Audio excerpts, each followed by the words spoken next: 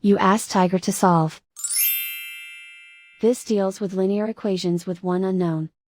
The final result is x equals 13.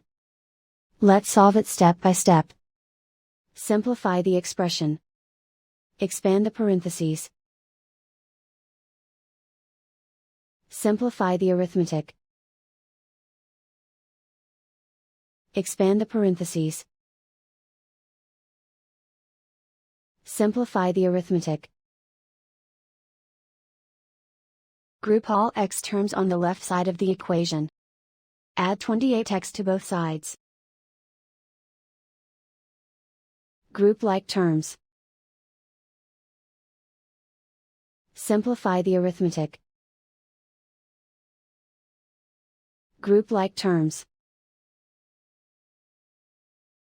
Simplify the arithmetic. Group all constants on the right side of the equation.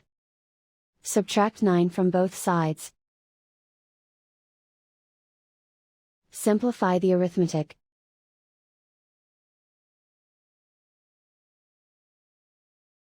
Isolate the x. Divide both sides by 9. Simplify the fraction. Find the greatest common factor of the numerator and denominator. Factor out and cancel the greatest common factor. And so the final result is x equals 13.